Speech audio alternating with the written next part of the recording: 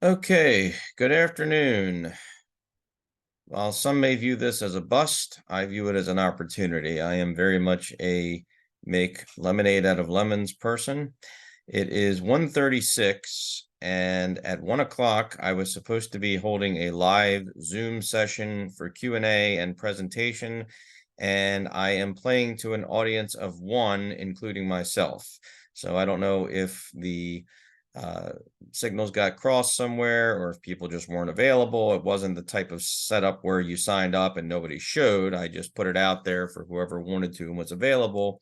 And clearly at 1:36, 36 minutes past my start time, nobody has shown up. So some people might feel dejected or disappointed, but I'm not the type of person to feel that way. So I would like to begin to offer what I intended to offer to anybody who appeared live on the Zoom, and put this out there for everybody that I had reached out to through the different forums I had posted this on.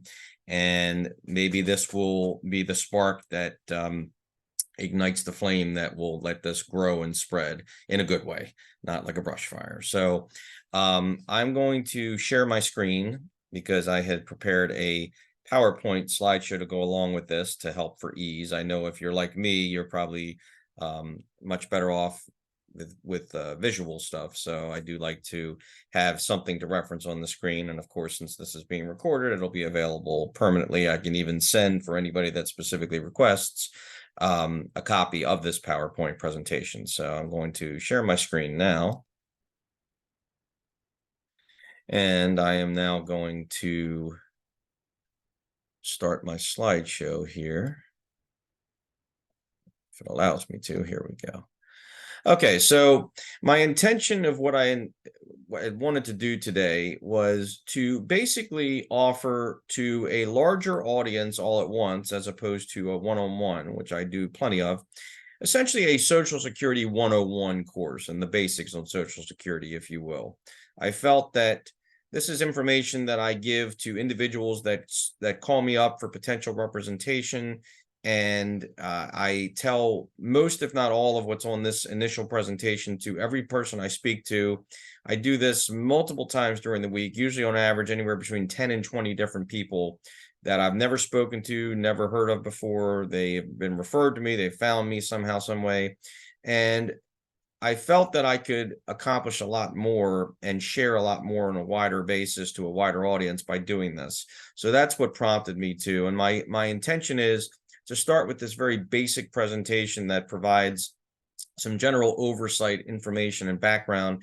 And then as we move forward, whether I do just simple recordings like I'm doing now, or whether I do an actual live Zoom session where people actually attend and want to do live Q&A, which I'll always answer any and all questions you have at any time, even if it doesn't pertain to the topic. But my intention is to start offering more specific guided focus topics going forward. So that's what I'm going to attempt to do as we go forward here. So without further ado, may I present to you Social Security, the basics. First, a little bit about myself, because I've yet to do this. Again, for those of you who do not know who I am, my name is Andrew Sindler. I am an attorney and a mediator. I've been practicing for the better part of 20 years, give or take.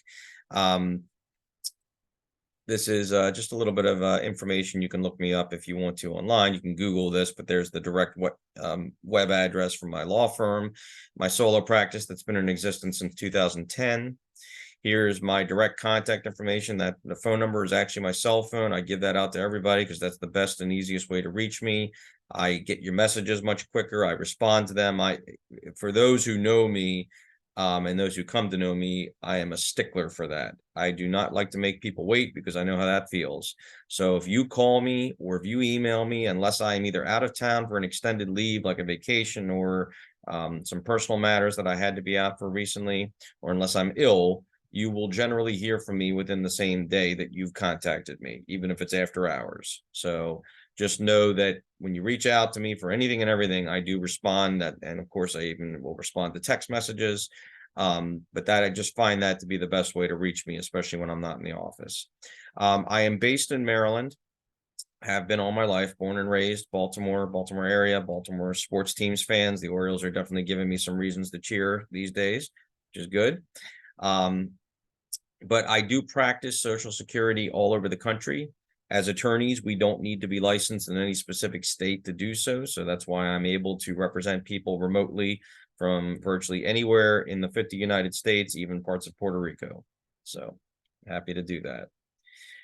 Again, I've been practicing since 2005. This has been my main practice area throughout all these years, and it became my sole practice area by choice in 2021. It's always been the vast majority of my practice, but I've always wanted to help people. That's what drove me to become an attorney in the first place. So I always knew that if I was going to become an attorney, I wanted to do a practice area that helped individuals at their core when they need it the most. And there is no area of practice that fits that description more to a T than Social Security disability. And there is no area of practice, in my view, that is more gratifying than this. When you have accomplished what you had set out to accomplish, you are changing and saving lives. That's what I've been doing for the better part of going on these 20 years I've been doing it, and I don't see any end in sight for myself. So I love being able to do that. Again, I pride myself in being accessible to anyone who needs guidance and advice. Again, thoroughly enjoy helping people. These are life-changing and sustaining benefits for many people. So it's so crucial that there are people like us out there that do this type of work. As you'll get to understand and find out as we go through this presentation, at least to a certain degree, I handle claims at all levels of review, from just starting out, beginning in the process, all the way through the highest levels of appeal. I do informational sessions like this. Again, individually, I do at least 10 to 20 calls a week, usually not planned out calls. These are people that just randomly call me and I call them back. I can spend up to an hour or more on an individual phone call with you if you ask, because I believe that knowledge is power, and I do like to empower people with the knowledge and experience I have doing this. I've done group presentations in person on this and other related topics, so I'm always happy to educate when I can.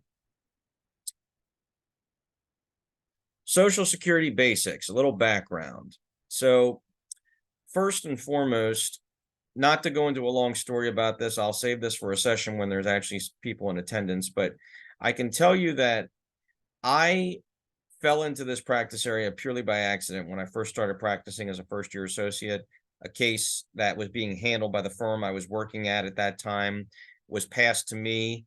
I had never heard of this practice area. I did not know it existed because I didn't know there was actually a program under the Social Security Administration for disability. I had never heard of that.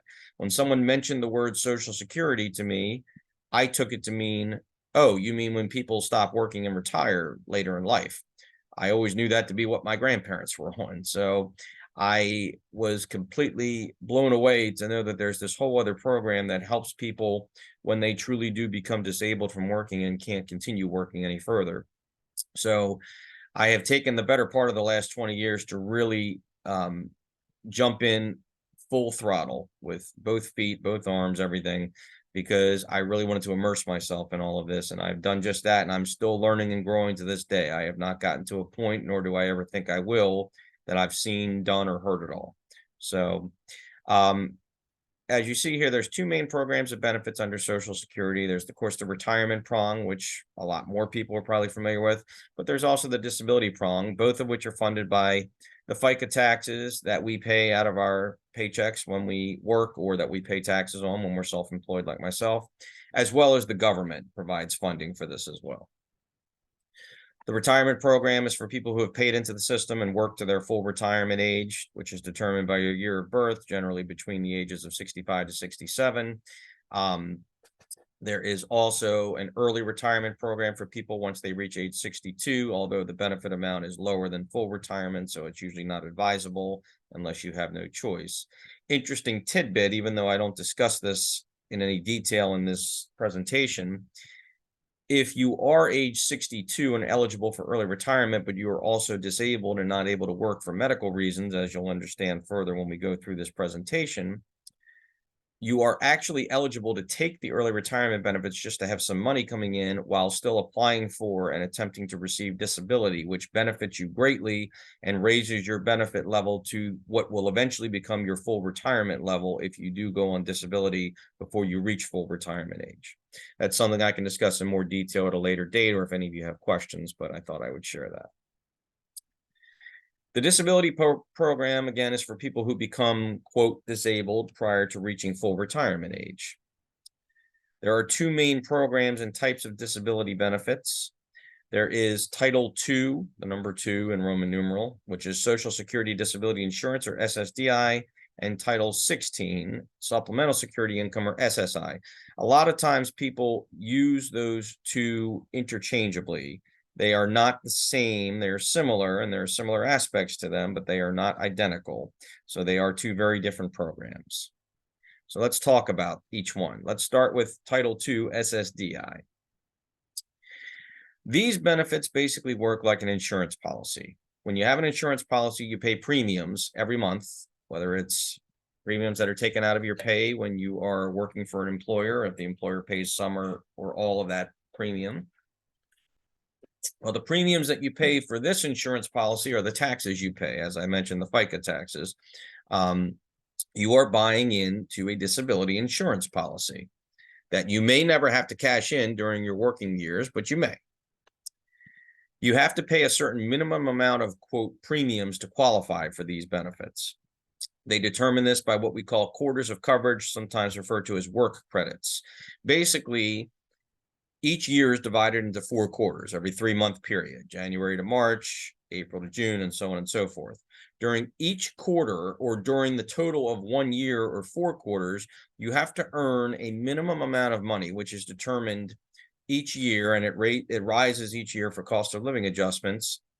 As long as you work and pay at least that much into the system, or earn at least that much to pay into the system, you will qualify for quarters of coverage.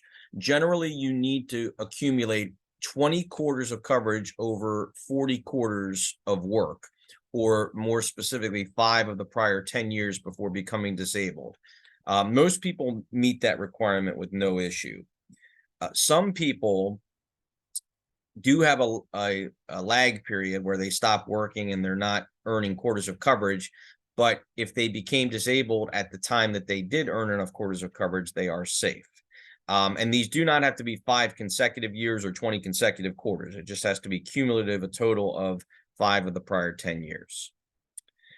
When you receive these benefits, you get paid back proportionally what you paid into the system over your working years. And it's determined basically and expressed in terms of a percentage of the total amount of what we call the Social Security Trust Fund, Disability Trust Fund. Every worker is paying into that trust fund, so you're taking your proportional share back. These benefits are payable to you even if you already have a means of support. If you have money stashed away in the bank, if you have a spouse or family member that's able to help take care of you when you're out of work. If you're medically disabled, you still get your full SSDI payment if you've paid into the system, even if you have $1 billion in the bank. So it's a nice benefit to have when you're eligible for it. It does come with Medicare, which is another discussion for another time, but that is the insurance that is automatic with SSDI. Now, just like an insurance policy, there's also a cutoff period if you stop paying premiums. Now, with any other type of insurance policy, generally, the minute you stop paying a premium, you no longer have the coverage. That's not quite the case with Social Security disability, because you're not paying for current coverage, you're paying for future coverage, because nobody has a crystal ball to know the future, to know if you're actually going to be disabled at some point in your adult life before you reach retirement age. So you're prepaying coverage into the future. But when you stop making those prepayments, your coverage will eventually expire. Now, it doesn't expire the minute you stop working and paying in, but for the average person, and it does vary depending on how long you've worked, how much you paid into the system, and over what period of time, generally you'll maintain coverage under this disability policy, so to speak, for at least 2 to 3 years after you stop working, sometimes even longer. And we refer to this as the date last insured, or DLI. That's also the date by which you must prove disability. So if your DLI is June 30th, it's always the end of a quarter. So March 31st, June 30th, September 30th, or December 31st, X year. So if your cutoff date is June 30th, 2024, that's your date last insured, you have to prove that you became disabled on or before that date, or you can't qualify for these benefits, even if you're currently disabled. So keep that in mind. Now let's shift gears and talk about SSI, Supplemental Security Income. So this is a program that's considered a needs-based disability program. Some refer to it as a welfare program. It is completely funded by the government, and because of that, you only get paid if you're not only medically disabled, but you also have a specific financial need that you can prove. They determine your financial need and your eligibility based on what they call countable resources. Resources are basically any income and assets that they can count against you, including those that may be attributed to you by a spouse if you're married, or those of parents if it's a minor child who's trying to get benefits. Certain resources don't count against you, including a primary residence if you own, a primary vehicle, they give you one vehicle allowance, and then they have certain allowances for value of food, clothing, shelter, and other basic necessities. It's not a significant amount, but they do understand, we can't strip you of everything. Otherwise, you're not living as a human being. But if you meet the criteria and you're medically disabled, you can be eligible for these benefits. Now, the resource limit, which you can tell is pretty low, and it's a pretty minimal threshold to cross. So you really have to have a dire financial need. It's $2,000 if you're an individual, a single individual, and $3,000 for a married couple. So any countable resources can't exceed more than that amount per month for an individual or a married couple. And if you have more than that in countable resources, there are methods you can do to spend down without going against what they say is allowable and not. Again, another discussion for another session, but that's how that works. Because these benefits are paid by the government out of their pocket and not anything you paid into the system, they are limited benefits. Every year they do go up for cost of living. The current maximum amount for the year 2023 is $914 a month. You can't receive more than that. You could receive less if you do have excessive resources that they count against you. And again, these benefits are generally for people that have either never worked or have not worked long enough or recently and consistently enough to qualify under SSDI. Now, these benefits do also allow you to receive Medicaid as opposed to Medicare. But again, they're constantly looking at your finances to see if you exceed the resources, because the government would certainly love to cut these benefits off or reduce them in any way they can to save money and put it back in their own pockets. So if you're eligible for SSDI, that's generally the advisable benefits to go for, but sometimes your circumstances dictate the way they do. So how do I prove medical disability? One of the most popular questions I get. So the general definition of disability under Social Security's rules and regulations is the inability to perform any type of full-time, gainful, or competitive work due to medical impairments and the resulting symptoms and limitations. Now, let me comment on that for just 1 second, because this is one thing that sometimes is misunderstood inadvertently. When I refer to the work as full-time, gainful, and competitive work, the competitive aspect of it is probably the most important one, and one that does occasionally get overlooked. Because competitive work means being able to go out into the job market, into the labor market, apply for, interview for, and get hired for any type of job out there that's looking for any Jane or John Doe that can qualify one way or the other, and do the job the way it is actually advertised and as it's generally performed without needing any reasonable accommodations under the Americans with Disabilities Act, the ADA. If you have a documented need for an accommodation, a reasonable accommodation, that does not fit the description of competitive work, because competitive work does not require or involve accommodations. So if you have that, that's a good thing. That actually goes right in your favor. But again, don't want to get too far ahead of myself, but that is just something to keep in mind. So this is about just going out, going on Indeed, going on any one of those job sites or wherever you find jobs listed, applying for, getting hired for, and actually being able to do and keep the job. Because this determination is a complicated one, Social Security developed a process by which all claims are evaluated the same to determine if someone is in fact disabled. Now, this is not a determination process that they heavily advertise, even though you can search for it online and find it, but it can be a daunting task to understand how it works. So that's what I'm going to try to attempt to break down for you here. So the process is known as the 5-step sequential evaluation process, or SEP for short. And every claim goes through this process no matter what. Now, for those of you watching this that have been through any of this before and have already gotten at least one determination that more than likely was a denial, you probably say to yourself, they never explained this in any letters or communications I got from Social Security, nor did they ever break it down this way, the way I'm about to. And that's very true, because they just don't take the time and resources to do that, at least not until you reach a certain level of review.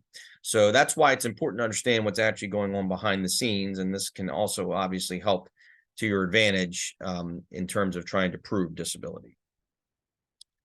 At each step of the SEP, there's a question, an ultimate question that's asked. And the answer to that question is what determines if you continue through the SEP all the way to the end for a final determination of disability. So here's how it breaks down.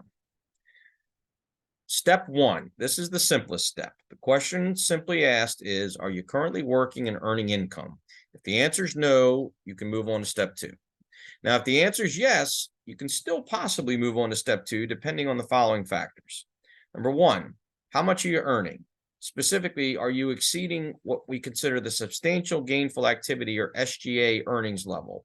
SGA is another fancy way of saying full-time work. That's basically the way they look at it, or the equivalent of full-time work. Every year, just like so many other numbers with Social Security, this number goes up for cost of living. But as you can see here, it's a pretty pitiful amount that they say if you're earning more than this amount per month pre-tax, then you're automatically considered to be performing SGA work and you're automatically disqualified, even if you're working less than full-time hours. So the current maximum amount is $1,470 per month. And most of you are probably thinking to yourselves right now, well, if I was working any kind of job, the way wages are, even with minimum wage, I could probably do that in my sleep. And sadly, that is the reality. I mean, there's no two ways around that. I had a client that was working and earning a 6-figure amount, even though technically only working 10 hours per week, but it was a highly specialized, skilled kind of job that just paid at a high salary rate and accommodated that. Otherwise, this person would have continued to qualify for benefits. The second thing they look at is whether you're, again, working full-time or part-time. Now, if you're working full-time, generally, from a mathematical standpoint, you'll exceed SGA automatically, even if you're earning minimum wage with no other benefits or tips, if it's that kind of job. Just mathematically speaking, 40 hours a week equates to more than $1,470 a month pre-tax. Now, even if you are working part-time or sporadic and you're not exceeding the SGA earnings, so you won't be automatically disqualified, they're also going to look at whether you're doing the types of work tasks that are not in line with your limitations from your medical conditions, and that will generally impact your credibility. So they may scrutinize you to determine if you really can work full-time work of some type. If you're doing something part-time sporadic that you're saying you can't do full-time, but is it really that you can't do it, or is it that you're choosing voluntarily to keep yourself at that lower level, but if those hours were available to you, you could absolutely do it. So I always advise people, you have to be very cautious in this step, but I never at the same time discourage people from returning to work if they think they can. And that's a discussion I'm planning to have for a future focus session, but I'll leave it at that. So assume you meet step 1, you move on at that point to step 2. And this is the next easiest step. At this step, they ask, do you have at least one severe medical impairment? If the answer is yes, you move on to step 3. A severe impairment is defined as any physical or mental health medical condition that has lasted at least 12 months or is expected to last 12 months or more, and that causes, quote, more than a minimal impact on basic work activities. Now, when I talk to clients or potential clients, they have no idea what I mean when I say that. So I break it down a little bit easier and try to explain it my way, which is to say, if you have any chronic medical condition that you regularly receive treatment for by a doctor or medical professional, and that causes limitations in your everyday activities, that in fact is a severe impairment. Most people have no difficulty whatsoever proving that they have at least one severe impairment, and that's all you need to continue along, just like that. Sometimes I look at it as like one of the pricing games on The Price is Right, where you only have to have one number right to keep going in the game for second or third chances. So same kind of deal here. So again, most people breeze through steps 1 and 2, which leads us to step 3. Now, interestingly, step 3 is a little bit unique because depending on how it goes, you can actually prove disability at step 3 and not even have to go to steps 4 and 5. So step 3, which I've entitled impairment listings, they ask, is your severe impairment or impairments so severe that Social Security will consider it automatically disabling as a matter of law? If the answer is yes, the SEP stops here. You don't go on to steps 4 and 5, and they find you disabled. Social Security has developed 14 different categories of different severe impairments organized by bodily system or function that they affect, including some such as musculoskeletal, neurological, digestive, cardiovascular, mental health, and so on and so forth. And each impairment within those categories is known as a listing, and they are numbered. Usually they're numbered in the realm of something like 1.15, 12.04. And you can look these up online. I have a link here. It'll come up on one of the next bullet points here. Basically, in consulting with doctors and medical professionals, Social Security determined that certain impairments within each of those categories qualifies for automatic disability if you not only have the diagnosis, but you meet the very specific and oftentimes rigid medical criteria that they've laid out. And usually these have to be confirmed objectively with diagnostic tests like imaging studies, MRI, CAT scan, stuff like that, that Social Security has determined with these medical professionals. This is the link to the website. You can click on it at your leisure. You can also Google this, but this has a listing of, this has a breakdown of all the adult, and there's also a link for childhood impairment in listings as well. So that's another one. Now, most people won't be found disabled at step 3, and that's perfectly fine. It's very difficult to. I can actually only count on one hand or so how many times over the years I've gotten people approved on that basis. It can happen, but it's not common and it's harder. So generally we continue on to the next steps. So don't be discouraged if you don't meet a listing. Worst case scenario, again, is you just simply move on to step 4. Now, when you get to step 4, the focus shifts from the severity of your impairments to your ability to work and how they impact your ability to work. So the question they ask at step 4 is, do your severe impairments prevent you from performing your past relevant work? If the answer is yes, you move on to step 5, the 5th and final step. If no, you're not disabled, and the sequential evaluation process stops there. Now, past relevant work is defined as any work you've done within the last 15 years that you either did on a full-time basis or that you did long and consistently enough to acquire the knowledge, skills, and experience to know how to do it. So, no different than when you apply for a job. If it's in an area that you've done before and they want to know about your experience, this is the forum to say, yes, I've done past work as a blah, blah, and this is what I know. Even though most people should meet this step easily, it's amazing to know that many people have to fight hard to prove it. Because it is fairly common sense that if someone is capable of doing work they've done before, they would naturally continue doing it. Nobody chooses to go out on disability voluntarily, and they certainly don't choose to stop doing work they're comfortable and familiar with. It just doesn't make sense to do that. So, assuming you meet all the steps 1 through 4 criteria, we move to the 5th and final step, which I jokingly refer to as the final frontier.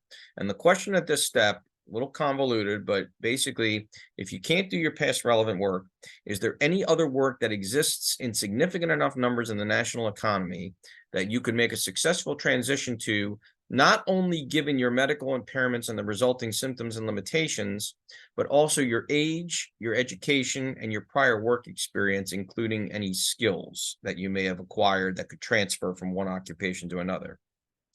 If the answer to that question is no, then you are disabled. If the answer to that question is yes, then you're not disabled. Now, this is generally the hardest step to prove. It's usually where we butt heads with Social Security the most. But the irony is, steps 1 to 4, you as the claimant have the burden of proof to prove each of those steps, the questions that they're asking, with evidence, documentation, you name it. But when you actually get to step 5, the burden of proof shifts over to Social Security. They have to show that there's other work you can do and that there's significant enough numbers that exist that you can do it. They can't just say there's some random oddball job that you've never done before that you can suddenly make a successful transition to. You know, they just won't do it that way. So that's how that works. Now, I won't go into a detailed discussion about this because, again, I'm planning to save this for a future focus session. But we do have, and this goes in conjunction with step 5, a special set of rules. And again, this is not something that's heavily advertised by Social Security. And even though it exists and they're bound by it, oftentimes they don't follow their own rules, even when someone's pointing them in that direction. There's a special set of rules we refer to. The official name is the medical vocational rules or guidelines. We attorneys colloquially refer to them as the grid rules, because when you look at them, they're set up as a long, big grid of rows and columns, like a big table. And basically, the factors that they take into account within this grid are age, prior work history and skills, and your residual functional capacity, or RFC, which is basically the highest physical demand level of work you can do, whether it be sedentary, which is sitting and doing no heavy lifting most of the day, all the way up to very heavy, which is on your feet constantly doing the heaviest lifting you can imagine, and all these postural movements.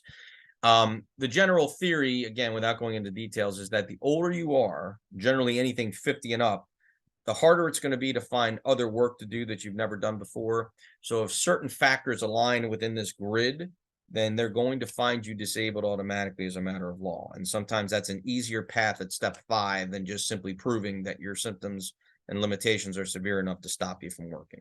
So something we'll talk about in more detail at a future time, and it doesn't apply to everybody. If you're under 50, those rules aren't going to come into play, except for very limited circumstances.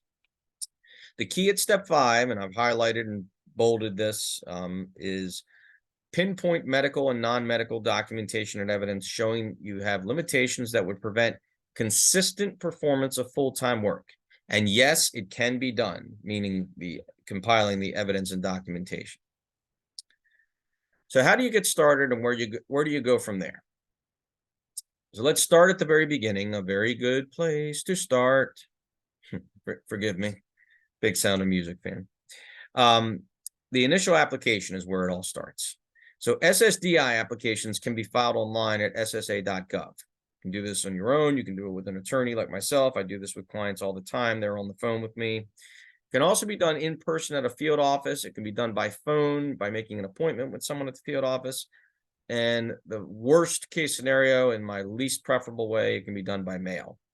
Online is absolutely the preferred and easiest and quickest way to file it. It gets in immediately. You get an immediate date stamp receipt.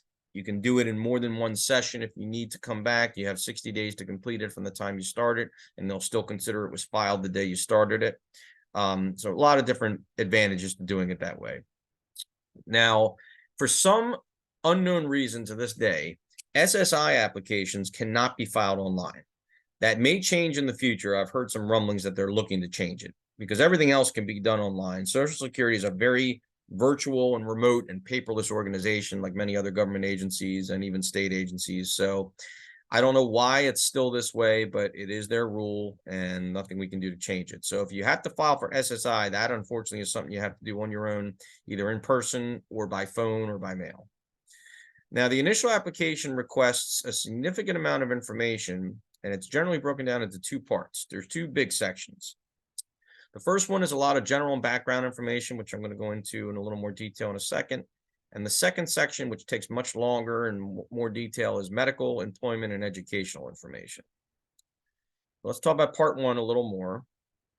And all this information, again, is on the Social Security website to tell you exactly what you need to have to be prepared to file when you're starting. So, of course, the beginning is your general information: name, mailing address, phone number, email address, date of birth, Social Security number, place of birth. An important thing they ask on the very first page of the application when you're doing it is the date you first became unable to work, which is also known as the alleged onset date, or AOD. Now, this date is important, Number one, as I referenced before, this date must be some date before the date last insured or DLI for Title II SSDI claims. If your date last insured is June 30th, 2024, like I said in my example, we'll pretend we're somewhere in the future on this, but you tell them that you first became unable to work on September 1st, 2024. Now, you may be thinking to yourself, well, that's only a month or so, or 2 months or so after that date. Does not matter. Social Security will look at that and say, if you're saying you first became unable to work that date, we cannot pay you, and we're automatically going to deny this application and not even consider it any further. So that's important. The AOD is also important because that will ultimately determine, or at least be a big factor in determining how far back in time your past due benefits may begin when and if you get approved. So most people, when they apply, it takes a good amount of time before they eventually get approved. It doesn't happen 1, 2, 3 like that, as much as I wish I could say it did. For a lot of people, it can take a period of 1 to 2 or more years before you finally get approved. But what's happening within that time is you're telling Social Security you became disabled as of some date in the past. And once they approve you, if they agree with you and they determine what date you first became disabled, they're going to realize, oh, we should have been paying you disability all that time. So they're going to catch you up to the present. They're going to start paying you from that past date, whatever date they may decide. And it's not automatically the alleged onset date. It could be some different date, which again, I'll explain at another time in another session. But basically, the alleged onset date is a big determining factor in how far back your lump sum past due amount could be. So keep that in mind. And generally, you can't choose a date prior to when you actually stopped working and earning substantial gainful activity earnings. So most people will just look back and say the date I stopped working is my alleged onset date, and that's perfectly valid. Now, if it's a date that's far into the past, bear in mind, you may have some difficulties procuring medical evidence from that time period. If it's many years into the past, then you may have a problem. So keep that in mind as well when you're choosing an alleged onset date. Other information they request in Part 1, this is not all inclusive, but just to give you some highlighted information. Bank account information for future direct deposit of benefits if you get approved, and that is now required. Whether you provide it then or at a later date, they will not pay benefits unless you set up direct deposit. They don't do checks in the mail or anything like that because it's too dangerous. Things get stolen or lost in the mail, and people's identities get stolen, which still happens to this day, but they're trying to stay on top of that. They ask for current and prior marriage information, various aspects of that, if you are married or were married, and that could impact eligibility for other types of benefits under a current or former or deceased spouse. They do ask for children information. If you have children under the age of 18, there could be additional benefits you're eligible for them until they reach 18. They ask for current or prior years earnings from work, if that's applicable, and other stuff as well. Part 1 is also very self-explanatory. It doesn't really take any special knowledge or skills to do. Now, Part 2, as I said, is the bigger and much longer and more involved part. So the first part of it that you jump right into, and it absolutely takes the longest to input, is all your medical information. So it begins with asking you to list all your medical conditions and impairments. They give you space to list up to 10 of them separately. And then if you need to list more, there's a separate remarks section at the end where you can add in the additional ones. And I've had plenty of clients over the years that have more than filled those 10 slots. So one thing I tell people is this is where you want to throw everything into the collective pot of any medical problem that is even remotely contributing to your inability to work a full-time job. Then you start getting into listing all of your treating doctors, medical providers, facilities, and hospitals, whether it was an ER visit, an inpatient stay, or an outpatient visit. And for each one, you have to list their phone number, their address, the approximate dates of treatment, which, secret hint, I tell this to all my clients that do this on their own, all you need to put are the years of treatment. Don't worry about specific dates because they're going to request those records eventually anyway, and they'll just include all those dates in the middle of all of it. What conditions were treated and what treatment was rendered, and you don't have to get specific on that either. You can just say general treatment, medication, surgery, therapy, injections, etc. Then you'll list all the medical tests that were ordered or conducted by a given provider, such as an MRI or CAT scan, X-ray, EKG, EEG, vision test, hearing test, blood test, IQ test, other types as well. And then you list all of your current medications, prescription and over the counter, who prescribed them, what you're taking them for, and so on and so forth. So it's a lot of busy work, but it does take a while to input all that. And you want to make sure that you're inputting it all accurately and correctly, because eventually Social Security uses that as part of their determination process. Then you go into your employment history section, where they ask you for the last 15 years, that past relevant work period that we discussed, to list up to 5 jobs in the last 15 years you've done. If you've done more than 5, they're still going to cap you at 5, and you'll fill that information in at a later date. For each one, they're going to ask you to list your dates of employment by month and year. If you don't know the exact date, you can estimate the job title you held, the type of work or industry you worked for, and the rate of pay for each one, which you can express hourly, weekly, biweekly, annually, however you choose to. Then there's a brief section asking for your educational history. Generally, they ask you to list your highest level of education, where and when you completed it, any special job training or certification, whether you were in special education or on an individualized education plan or IEP, which could also have an impact on your ability to work if you have any intellectual type deficiencies. And then there's a final remarks section. If you need to add anything you couldn't fit in the prior sections like we discussed, you can also just throw in your own comments about why you feel you're clearly disabled and not able to work. When I do these for my clients, I put some legalese in there sometimes, if it applies, and then we just wrap it up. Now, once the application's submitted, what happens after that? You wait, and you wait, and you wait. Patience is truly a wonderful virtue, and those words, there were never truer words spoken than that. There's actually several things that will happen in the process before you get your initial determination. First, they'll either call you or send you in the mail what's called an attestation form. Sometimes if you do it online, it's referred to as an internet application summary. It's basically a form that summarizes what you filed and asks you to sign it, affirming that it's all correct and that this is in fact your voluntary application for disability benefits, not somebody else trying to fraudulently pretend they're you and try to get your benefits. They'll also send you a couple of authorization forms, one for medical records, one for employment and wage information. Now, even if you have an attorney at the outset, like many of my clients do with me, you are not required to, you are still required to submit those forms, even though you'll also be signing authorization forms with the attorney to request the same things as needed. Social Security still insists on doing a lot of it on their own, so that's what they do. Then they will assign your claim to a caseworker at the state agency known as Disability Determination Services, DDS. Every state has one, and it generally works on claims within that state. There are some DDSs that help other states when they're backlogged. I've had clients of mine here in the Maryland area have their claims handled by DDSs all over the country, and vice versa when I've been in other states as well.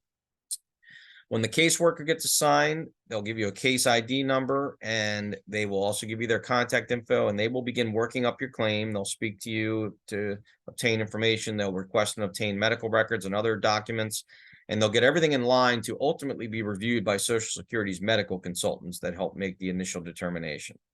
They'll also send you some forms to complete, which again, these are things I'm going to be focusing in on in future sessions. There's a work history report form that asks for detailed information on your work history. There's a function report, which is a crucial form that asks for information on your limitations and daily activities. That's one that when I have the opportunity with my clients to go over it with them from the get-go, it's a huge advantage because it is a way that you can avoid Social Security having any extra ammunition against you. So it's definitely very beneficial when somebody can be involved that knows how this works. And I'm going to have a very specific session devoted to function reports and the do's and don'ts of that. Okay. You may also be asked to attend a medical appointment by one or more of Social Security's doctors, known as a consultative examination, which Social Security arranges and pays for. Now, just to be clear, when I say Social Security's doctors, these aren't doctors that work for Social Security. They work with them. They're independent doctors. They treat people. They have their own practices.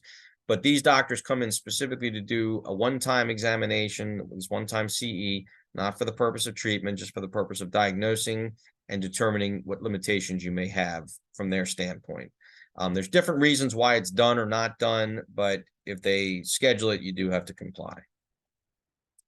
After a waiting period of, generally on average these days, it's anywhere from 6 to 12 months, you get an initial determination in writing by mail. If you do have a severe condition that's expected to result in imminent death, the waiting period could be much shorter and less documentation could be required, and you could qualify for what's known as a compassionate allowance, which is also another topic I'll be talking about in a future session. And that's something you note on the initial application. It actually asks it on the very first page. So, if you have something very serious, progressive, terminal, whatever, you could potentially get qualified very quickly and not have to go through all those hoops and hurdles. If you're approved, congratulations. You just defied some major odds and you did so in the quickest way possible. But if you're denied, which many people are, the national approval rate at this level is quite low. Don't be surprised or discouraged, but be ready to appeal.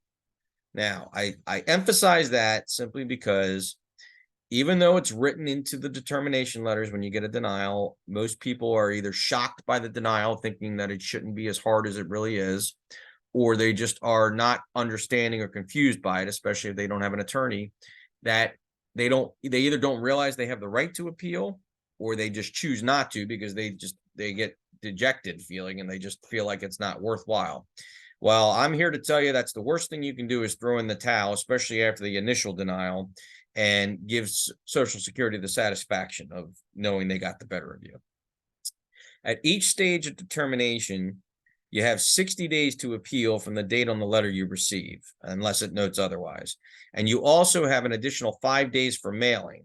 So you have time, but you don't have infinite time. So time is pretty crucial. And if you don't have an attorney at that point, getting in touch with one to bring them up to speed quickly is crucial. I've had plenty of clients over the years that come to me right at the time they've gotten denied, and some have come to me very far into their 60 plus 5 day period for appealing. And it's hard for me to jump in without getting familiar with the claim. So I usually tell those people, you need to file your own appeal first to stop that clock from running. Then I can review everything without the pressure of time. Now, most people, again, will retain an attorney at this point if they don't already have one, and if not sooner. And an experienced attorney can file the appeal for you online if there's enough time to do so, and also enter an appearance on your behalf. Appeals can be filed online for both SSDI and SSI, and again, that's the strongly advisable way to do it. It's quick, easy, simple, and it takes far less time than the initial application, and it gets in immediately with an immediate date stamp receipt. There are multiple levels of appeal if you keep getting denied, but the first two are the most relevant ones and the only two I'm really going to discuss at this point. Again, I'll have future sessions for each level of appeal and what happens and how to maximize your chances. The first two levels of appeal are request for reconsideration and then a request for a hearing with an administrative law judge. Let me break those down a little bit. The first level appeal, request for reconsideration. So you file your initial application, you go through all the hoops and hurdles, you get denied. This is your first level appeal. So you're telling Social Security to, quote, reconsider the initial determination because you believe they got it wrong. Please look at it again, which they will, when it'll be somebody different with DDS. Now, many of the same things that occurred at the initial level also occur again here, including many of the same forms, possibly seeing another doctor for CE, medical records being updated, and so on and so forth. Now, once again, you get approved at this stage, congratulations, but if you get denied again, don't be discouraged, just appeal to the next level. And not surprisingly, many reconsideration appeals get denied because usually there's not anything significantly different from one level to the next. That doesn't mean that they're right. It just means that if they don't see something that pops out at them to say, oh, we really did miss this the first time, that's usually the only reason and situation where they're actually going to sing a different tune. Now, okay, I don't know why the heading disappeared there. The second level appeal, if you get denied a reconsideration, is request for a hearing with an administrative law judge, or ALJ, as we refer to them. There is a hearing at this level, but it's nothing. Oh, okay. I guess my slide is a little backwards here. I apologize. So this is the level where the majority of successful claims are approved by experienced judges who are hired by Social Security to decide these claims fairly and impartially. And most of these judges either have worked within the system, within the agency, or they are former practicing attorneys. I've even at different times tried to become a judge myself. Maybe will happen in the future, who knows? So there is a hearing at this level, but it's nothing like a trial in court. If you've ever been to court for anything, even simple traffic matters, this is very different. The hearings are informal. Generally, they're done nowadays, especially since the pandemic, by phone or online video from the comfort of your own home.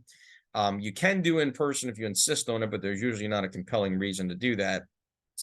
And the judges are generally very laid back and easygoing. There's no opposing attorney in these hearings to cross-examine you or object to anything, and there's no formal rules of evidence or procedure. You basically just talk to the judge to explain why you're disabled. You answer questions in a conversational manner. You do it under oath, but otherwise there's no formality to the hearing. I'm going to have a very specific focus session on hearing prep, like I do with all my clients. After the hearing is concluded, a formal written decision is sent in the mail, and this decision, unlike any of the prior ones, always has substantial details and specifically breaks down the 5-step sequential evaluation process, which up to that point won't have been done, but at that point it will be done whether you win your case or not. If you don't have an attorney at this level, it is strongly, and I can't emphasize that enough, strongly advised that you retain one now, as it can be quite difficult to prevail before these ALJs without an experienced attorney to assist you. If you don't have an attorney the first time your hearing is called, you will be granted an automatic postponement one time to get one if you choose to. They won't force you to do that, but they'll advise you about proceeding without one and probably really try to lean on you to go get one. So you do always have that opportunity, but the sooner the better. Now, again, there's additional appeals levels beyond that, which I'm not going to discuss now. Those will be at future Zoom sessions. So if you want to hire an attorney, whether it's before you even start the process or somewhere along the way, how do you do it and how does he or she get compensated, which is the million-dollar question I get from everybody I speak to. Well, first, let me say this, and this is more of a personal view, and I am not trying to drive new business my way by telling you any of this. It's just what I've come to find in all the years I've been doing this as the best way to operate. Generally, you speak to an attorney, and I don't know any Social Security attorney that tries to charge for their time because, number one, I don't think it's allowed. I think it's unlawful, and it's deplorable if they do. If they attempt to anyway. But you should never speak to an attorney that's proposing to do that, for one thing. But generally when you do, they take your information. Some get more detailed than others, but they generally will determine the merits of your claim. Now, some attorneys or firms that are bigger ones that operate on a more grand scale with high volume may not even have attorneys speaking to you initially. They may have intake staff that do so. And I'm not saying that's necessarily a red flag, but you certainly want to be able to talk to an attorney or at least the attorney that's going to handle your claim early on. You do not want to keep getting passed to support staff or people that are not ultimately handling your claim as the attorney of record. As a solo practitioner and literally a one-person solo practice, you don't go through middle people. You get me from start to finish. I'm my own intake person. I'm my own paralegal and so on and so forth. So again, you want to make sure the attorney is experienced and knowledgeable, but also is available to answer your questions and concerns and provide status updates whenever you need. One of the things that a big gripe that I get when I have clients that come to me having been represented by other attorneys that want to look to switch is probably the single most common one I get is the lack of communication. I'm calling the attorney all the time. The attorney's never calling back, or I'm getting his or her support staff, or my emails and voicemails are going unanswered, or they're not doing anything. I'm doing all the legwork kind of stuff. And let me be clear as well. Social Security is something that an experienced attorney can vastly help you with, but it is not something the attorney can do everything. There are still components and aspects of this work that you as the claimant have to participate in, even if you're represented. And I'm very upfront with my clients about that to say, I'll do everything I remotely can and possibly can for you, but I can't run the whole show. I've got to have some involvement and participation from you at different times as well, particularly with some of those forms early on that have to be completed that I can't complete for you. I'm not permitted to. So I'll help you with them, but I can't actually do them for you. So those are not an all-inclusive list of things to look out for as red flags from an attorney, but certainly some of the more significant ones. Now, when you finally find the attorney, whether it's myself or somebody else, that is willing and able to take the case on and you want to retain them, all attorneys charge the same by law under the Social Security Act and its rules and regulations. The cases are all taken on a contingency basis, and the attorney only gets paid if you not only win your claim, but the award results in a payment, again, of those retroactive past due benefits in a lump sum. The attorney will receive a percentage of the past due benefits. The specific percentage, which is set under the statute, is 25%. And depending on how early in the process the claim is approved, there may actually be a maximum dollar amount fee cap. The current amount is $7,200. So theoretically, if you get approved up to a certain level and that maximum dollar amount applies, then the total percentage you're paying may actually be less than 25%. But again, it will never be greater than 25%, and it always has to be approved and specifically awarded by Social Security in writing. Now, once that all happens, however long it takes, Social Security will withhold and pay the fee directly to the attorney, so you never come out of pocket or write a check at any time. They will withhold it and pay it directly to the attorney. Now, for costs, every attorney's office and every firm works differently. If they incur any, that is generally a matter between you and them. Social Security doesn't get involved in that, nor do they withhold costs from your benefits. Generally, most attorneys will advance costs, and the most significant costs that usually come into play in these cases, if it applies, are the cost of medical records. And some attorneys may say, we're just going to take care of that for you. Others may say, you have to reimburse us at the end, even if the case is not successful. Some will say only if the case is successful. Now, for me personally, if I have to incur a significant portion, let's say more than $100 per case, that's the only time I might ask to be reimbursed, and only if my client's claim is approved. I will not ask for it if the claim is not approved. That's part of the cost of doing business. But I also try to use every advantage possible to minimize or completely eliminate those costs. And in some jurisdictions and states, you can actually do that. Maryland, for example, where I am based, and I have a good majority of my cases that are based in Maryland. Maryland enacted a law under its legislature back in 2021 that basically states if you request medical records for the purpose of a Social Security claim or appeal, you actually cannot, you meaning the medical provider that is, cannot charge 1 penny for those records. So I very much use that to my advantage for my clients, because if I don't incur the costs, they don't have anything passed along to them. Some states have the same or similar, some are a little more rigid, and you kind of have to roll with the punches. If there is a way to avoid those charges, sometimes even if the request is initiated directly by my client rather than me as the attorney, sometimes we'll do just that. But a good attorney usually will try to do everything remotely possible for everyone's benefit to reduce those costs. So I definitely try to do that when I can. Now, the formal retaining process involves signing some documentation. Now, most attorneys will do the same or something very similar to what I'm describing here. For me, when I sign up clients, there are 3 specific forms they have to sign. The first one is SSA form 1696. That is the appointment of representation form. That actually formally appoints me as the attorney and indicates I'm going to be handling the case and that they communicate with me the same as you going forward. I have my own fee agreement form. There's no specific form that Social Security requires. It just has to meet certain specific criteria, which mine to this day still does. So that's my own form. It's a 1-page form that just breaks down the 25% of past due benefits with the $7,200 maximum fee cap if it applies, and so on and so forth. And then the third form is my own medical authorization, as I referenced earlier. I send all those to my clients either by mail or email, if they can do them that way, in PDF, with a cover letter that not only provides instructions on the forms, what they are, where to sign them, and all you literally have to do is sign them. Everything else is pre-filled for you, but also provides a lot of background information, and a lot of it in conjunction with what I've discussed on this presentation. So it's for your reference. It goes over the 5-step process and a lot of other helpful hints, and it's always a useful tool. So once all those forms are signed and they get submitted to the field office where the claim is being handled, and the forms are then processed, The attorney gains access to your electronic file. The attorney can submit documents online, paperless, which is again how Social Security operates, and they can begin helping develop your claim and get things submitted for you and know what's happening in it as it's progressing. Okay, so if this was the live session I intended it to be, this is where I'd be opening it up for any of my attendees to ask me questions, either in the chat or coming off mute.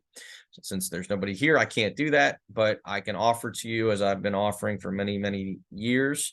My phone and email are the best ways to contact me. Again, I respond directly to all calls and emails, and I respond promptly. I also will respond to text messages. If you've never texted me before, make sure you identify yourself, tell me how you got referred to me, and all that good stuff. So I hope for anyone that takes the time to watch this, you enjoyed it. I hope it was helpful for you. That is my intention and my goal. Again, this is not a sales tactic. I've been on the losing end of that battle when I've attended these free Zoom or other such sessions, webinars, whatever, of people that were clearly trying to sell me something, and it was evident at the end that I was going to be paying for what they were selling and not getting it free. I have nothing to gain. If I can help you and you formally want to retain me to represent you, yes, you could argue I have to gain the potential fee I may earn if the claim is successful, but I got to work my butt off to get it to that point, and there's no risk to you, because at the end of the day, you are the one who is choosing to retain me, and I'm also voluntarily choosing to take your case on if I think it has merit.